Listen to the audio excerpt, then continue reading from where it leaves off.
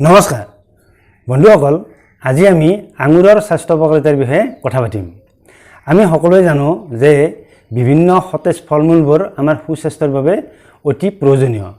ইয়াৰ ভিতৰত কিছুমান ফল-মূলত এনে কিছুমান পুষ্টি উপাদান থাকে যিবোৰ পুষ্টি উপাদানৰ বাবে আমাৰ বিভিন্ন ৰোগসমূহ প্ৰতিৰোধ হৈ থাকে।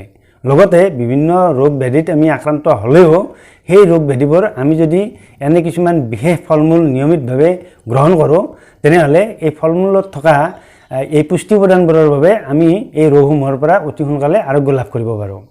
আঙুৰো এনে এবিধ ফল য'ত যথেষ্ট পৰিমাণে আমাৰ সুস্বাস্থ্যৰ বাবে প্ৰয়োজনীয় বিভিন্ন পুষ্টি উপাদান থাকে।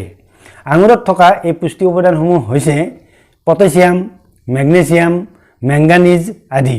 লগতে ইয়াত থকা ভিটামিনবোৰ হৈছে ভিটামিন চি, ভিটামিন কে আৰু ভিটামিন বি1। লগতে আঙুৰত যথেষ্ট পৰিমাণে ফাইবাৰ থাকে আৰু আঙুৰত থকা এই ফাইবাৰৰ বাবে আমাৰ পাচনতন্ত্ৰ যথেষ্ট শক্তিশালী হৈ থাকে।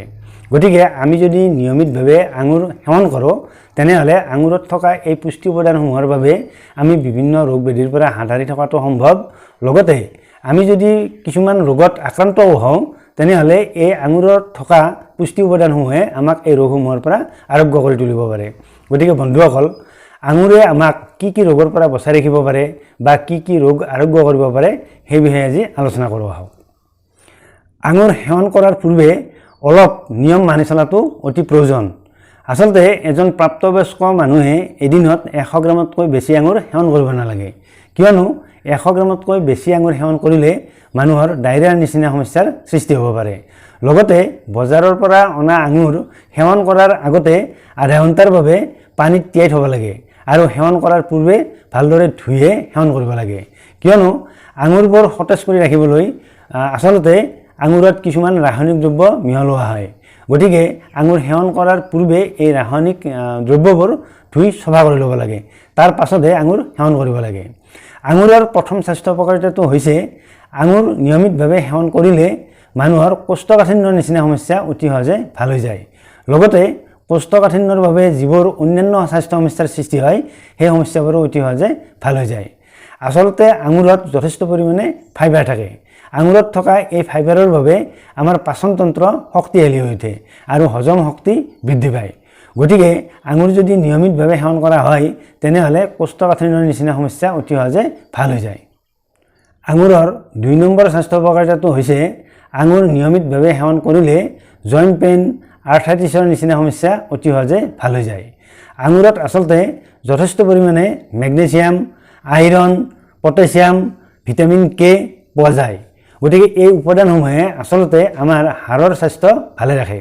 গতিকে যিসকল লোকে জইণ্ট পেইন বা আৰ্থ্ৰাইটিছৰ নিচিনা সমস্যাত ভুগি থাকে তেওঁলোকে যদি নিয়মিতভাৱে আঙুৰ সেৱন কৰে তেনেহ'লে তেওঁলোকৰ এনেধৰণৰ জইণ্ট পেইন বা আৰ্থ্ৰাইটিছৰ নিচিনা সমস্যা অতি সহজে ভাল হৈ যায়। ডায়েবেটিছ ৰোগীসকলৰ বাবেও আঙুৰ যথেষ্ট পুষ্টিদায়ক। অৱশ্যে আঙুৰত কিছু পৰিমাণে চেনি থাকে যদিও আঙুৰত থকা এই চেনিয়ে ডায়েবেটিছ ৰোগীৰ চুগাৰৰ মাত্ৰা বৃদ্ধি কৰিব নোৱাৰে। আচলতে আঙুৰত থকা এই পুষ্টিকাৰক উপাদানসমূহে ডায়েবেটিছ ৰোগীসকলৰ স্বাস্থ্য ভালে ৰাখে আৰু এই স্বাস্থ্য ভালে ৰাখে বাবে ডায়েবেটিছ ৰোগীসকলৰ তেজত চুগাৰৰ মাত্ৰা অতি সহজে বৃদ্ধি পাব নোৱাৰে।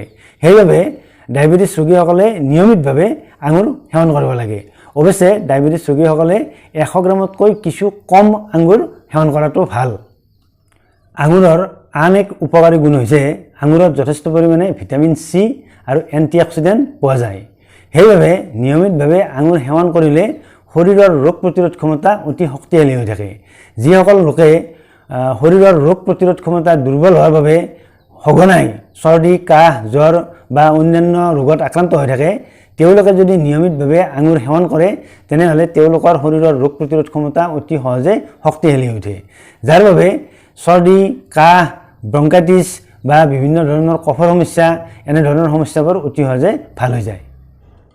যিসকল লোকে কিডনীৰ বিভিন্ন ধৰণৰ সমস্যাত আক্ৰান্ত হৈ আছে বা ইউৰিক এচিডৰ নিচিনা সমস্যাত আক্ৰান্ত হৈ আছে বা দৃষ্টিশক্তিৰ দুৰ্বলতাৰ নিচিনা সমস্যাত আক্ৰান্ত হৈ আছে, লগতে সাইনাচাইটিছৰ বাবে হোৱা মাইগ্ৰেনৰ সমস্যাত আক্ৰান্ত হৈ আছে, তেওঁলোকে যদি নিয়মিতভাৱে আঙুৰ সেৱন কৰে তেনেহ'লে তেওঁলোকৰ কিডনিৰ সমস্যা বা ইউৰিক এচিডৰ সমস্যা বা দৃষ্টিহীনতাৰ সমস্যা লগতে মাইগ্ৰেনৰ নিচিনা সমস্যা অতি সহজে ভাল হৈ যায়।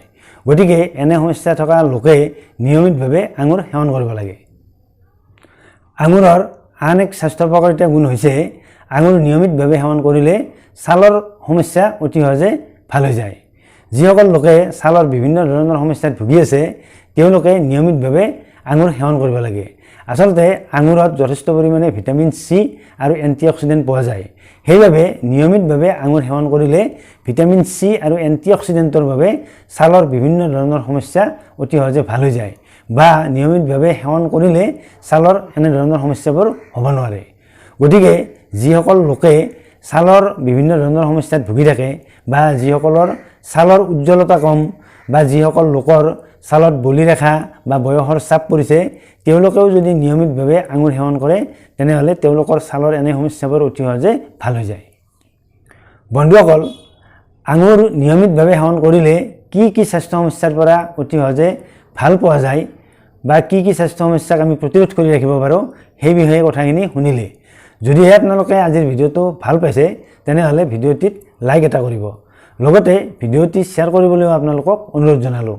অন্য এটা ভিডিঅ'ত আপোনালোকক লগ পোৱাৰ আশাৰে আজিলৈ সামৰিছোঁ। ধন্যবাদ।